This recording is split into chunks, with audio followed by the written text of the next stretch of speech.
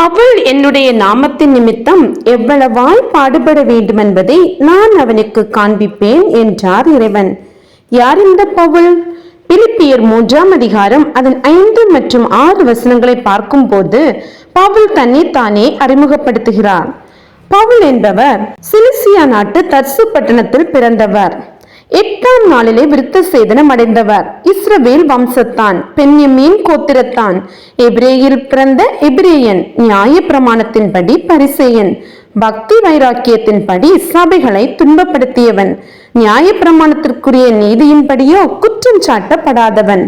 ஆம், தமஸ்குவில் உள்ள கிறிஸ்தவர்களை கட்ட, சிறையில் அடைக்க, துன்புறுத்த உத்தரவு பெற்ற யூத சமய வெறியர் தான் இந்த பவுல். இந்த பவுலின் அழைப்பு தான் என்ன? அவரது அர்ப்பணி தான் என்ன? இந்த பவுலுக்கு கிறிஸ்தவர்கள் என்றாலே வெறுப்பு, கிறிஸ்தவர்களை பார்த்தாலே எரிச்சல். அப்போஸ்தலர் 9ஆம் அதிகாரத்தை பார்க்கும்போது சவுல் என்னும் பேர் கொண்ட இந்த பவுல் கர்த்தருடைய சீஷர்களை பயமுறுத்தி கொலை செய்யும்படி அனுமதி வாங்கி ஸ்திரீகளையோ புருஷரையோ கண்டுபிடித்தால் அவர்களை கட்டி எருசலேமுக்கு கொண்டு வரும்படி அனுமதி வாங்கி இருந்தார். அப்பொழுதுதான் கர்த்தருடைய நாமத்தை தொழுது கொள்ளுகிறவர்கள் மீது அவர் கொலை வெறியோடு தமஸ்குவை நோக்கி சென்று கொண்டிருக்கிறார். அந்த சமயத்தில் தான் இதோ வானத்திலிருந்து ஒரு அழைப்பு, சவுலே சவுலே, நீ ஏன் என்னை துன்பப்படுத்துகிறாய் என்று. சடுதியிலே வானத்தில் இருந்து ஒரு ஒளி இவனை சுற்றி இருக்கிறது. இவன் உடனே திருப்பி கேட்கிறான், ஆண்டவரே நீர் யார் என்று. இதோ கர்த்தர் சொல்கிறார், சவுலே நீ துன்பப்படுத்துகிற இயேசு நானே என்று. அவன் நடுங்கி போனான், செய்வதறியாமல் திகைத்து போனான். ஆண்டவரே, நான் என்ன செய்ய நீர் சித்தமாய் இருக்கிறீர் என்று தன்னை தானே ஒப்பு கொடுத்தான். அப்பொழுது பவுல் தரையில் இருந்து எழுந்து பார்க்கும் போது அவனுடைய கண்களில் பார்வையில்லை. அவனோடு கூட வந்தவர்கள் கைலாக கொடுத்து தமஸ்குவிற்கு கூட்டிக் கொண்டு போனார்கள். அங்கே பார்வையில்லாதவனாய் 3 நாட்கள் புசியாமலும் குடியாமலும் இருந்தான். அப்பொழுதுதான் அனனியா என்னும் பேருள்ள சீஷனுக்கு கர்த்தர் தரிசனமாகி, நீ எழுந்து நேர்த்தெருவுக்கு போய் சவுலை தேடி அவனை பார்வையடையும்படி செய் என்றார்.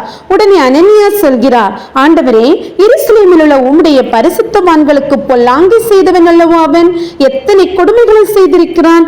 உடனே கர்த்தர் சொல்கிறார், நீ போ, அவன் நான் தெரிந்து கொள்ளப்பட்ட பாத்திரம், புறஜாதியாருக்கும் ராஜாக்களுக்கும் இஸ்ரவேல் புத்திரருக்கும் என்னுடைய நாமத்தை அறிவிக்க தெரிந்து கொள்ளப்பட்ட பாத்திரம் தான் பவுல். என்னுடைய நாமத்து நிமித்தம் பாடுபட போகிற பாத்திரம் தான் பவுல் என்று சொன்னார். உடனே அனனியா கர்த்தர் கட்டளையிட்டபடியே பவுலிடம் சென்று அவனை பார்வையடைய செய்தான். கண்களில் இருந்து மீன் செதில்கள் போன்றவைகள் விழுந்தது. பார்வை பெற்றான், ஞானஸ்நானம் பெற்றான், தன்னை முழுமையாக கிறிஸ்துவின் அர்ப்பணிக்காக ஒப்பு கொடுத்தான். ஆம், தமஸ்கு கிறிஸ்தவரை துன்புறுத்த புறப்பட்ட பணி பவுலை தரையில் தள்ளியது. துன்புறுத்தும் பணி இப்பொழுது அர்ப்பணியானது. யூத வெறி கொண்ட பணி கிறிஸ்தவ நற்செய்தி பணியானது.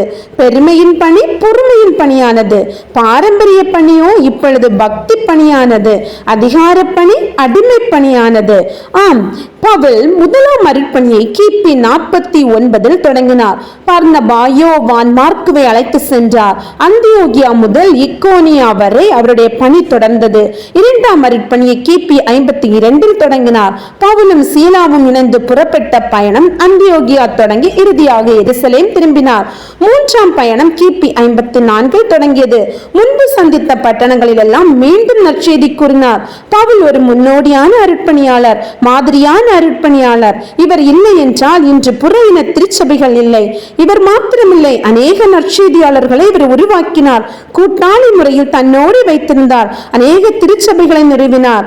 அரசர், அதிகாரிகள் என்று யாரையும் விட்டு வைக்கவில்லை. அனைவரின் முன்பும் நற்செய்தியை கூறினார். கர்த்தருக்குள் சந்தோஷமாயிருங்கள், எப்பொழுதும் சந்தோஷமாயிருங்கள் என்று தன் அன்பை மக்களோடு வெளிப்படுத்தினார். வானோர், பூதலத்தோர், பூமியின் கீழானோர் யாவருடைய முழங்கால்களும் கிறிஸ்துவுக்கு முன்பாக முழங்க வேண்டும் என்றார். பிள்ளைகளை, உங்கள் பெற்றோருக்கு கர்த்தருக்குள் கீழ்ப்படியுங்கள். உங்கள் வாழ்நாள் நீடித்திருக்கவும் உங்களுக்கு நன்மை உண்டாயிருக்கவும் உன் தகப்பனையும் தாயையும் கனம் பண்ணுவாயாக என்று பிள்ளைகளுக்கு அறிவுரை கூறினார். அம்சக்கிரியைகளான விபச்சாரம், வேசித்தனம், காமவிகாரம், கொலை, கோபம், பகைகள், பொறாமைகள், பிரிவினைகள் இருந்தாலும் அவன் தேவனுடைய ராஜ்யத்தில் சுதந்திரிப்பதில்லை என்று எச்சரித்தார். ஆவியின் கனிகளை நமக்கு தெளிவாக எடுத்து கூறினார். நன்மை செய்கிறதில் சோர்ந்து போகாதிருங்கள் என்று விளக்கினார். நீ நீதி என்பது நியாய பிரமாணத்தினால் வருவதல்ல, கிறிஸ்துவை பற்றும் விசுவாசத்தினால் கிடைக்கும் என்று ஆணித்தனமாக அடித்து கூறினார். ஆம், படகிலே படை வீரர்கள் மத்தியிலே, கப்பலில் கலக்கமடைந்தவர்கள் மத்தியிலே, கைதியாகி கைதிகள் மத்தியிலே, சிறையிலே காவலாளிகள் மத்தியிலே, கால்நடையாய் கண்ணுறங்காமல் உண்ணாமல் குடியாமல் நற்செய்தி அறிவித்தவர் தான் இந்த பவுல். இவர் கட்டிய சபைகளை மறுபடியும் மறுபடியும் சந்தித்தார். உதவியாளர்களை அனுப்பி உற்சாகப்படுத்தினார். தவறு செய்தால் கடிதங்கள் மூலம் கண்டித்தார். நல்லது செய்தால் பாராட்டினார், உற்சாகமூட்டினார். அஞ்சா நெஞ்சராக, அமைதியின் பண்பாளராக, படைப்பாளராக, பரிவு காட்டுபவராக, எளியவராக, எல்லோருக்கும் உதவுவராக, துன்பத்தை ஏற்பவராக, குளிரை தாங்குபவராக, இயலாமையை இல்லாமையை பெருமையாக ஏற்பவராக, வாளுக்கு முழந்தாளிட்டு தலை கொடுத்து கிபி 64 இரத்த சாட்சியாய் மரித்த மாபெரும் அர்ப்பணியாளர் தான் இந்த பவுல். பவுலை போல மிஷனரி இதுவரை தோன்றியதும் இல்லை, இனிமேல் தோன்ற போவதும் இல்லை. பவுலுக்கு நிகர் பவுலே. ஆம், நமக்குள் அநேகர் சிறிய போராட்டங்கள் வந்தாலும் ஏன் எனக்கு இந்த பாடுகள், ஏன் எனக்கு இந்த கண்ணீர், ஏன் கலக்கம் என்று பலவீனப்பட்டு சாத்தானுக்கு இடம் கொடுக்கிறோம். ஆனால் எனக்கு அன்பானவர்களே, இந்த பவுலை போல நாம் நமக்காகவும் சரி, கிறிஸ்துவுக்காகவும் சரி எந்த பாடுகளையும் இதுவரை அனுபவித்ததும் இல்லை, இனிமேல் அனுபவிக்க போவதும் இல்லை என்றே சொல்ல முடியும். இயேசுவின் நாமத்து நிமித்தம் அத்தனை பாடுகளை பவுல் அனுபவித்தார். ஆனால் ஒன்றை மட்டும் இந்த நேரத்தில் சொல்லிக் கொள்கிறேன். நாம் அன்பருக்காக நாம் செய்ய வேண்டியது என்ன? அன்னிடமும் ஜெபிக்கலாமே, வேதம் வாசிக்கலாமே, தவறாமல் ஆலயத்திற்கு செல்லலாமே, ஏழை எளியவர்களுக்கு உதவலாமே, ரட்சிக்கப்படாத ஜனங்களோடு ரட்சிப்பை குறித்து வெளிப்படுத்தலாமே, நம்முடைய வார்த்தையின் நிமித்தம் இந்த உலகில் ஒரு மனிதனை ரட்சிப்புக்குள்ளாக கொண்டு செல்லலாமே. அப்பொழுது நம் நிமித்தம் நிச்சயம் பரலோக ராஜ்யத்தில் சந்தோஷம் உண்டாயிருக்கும். ஆமீன்.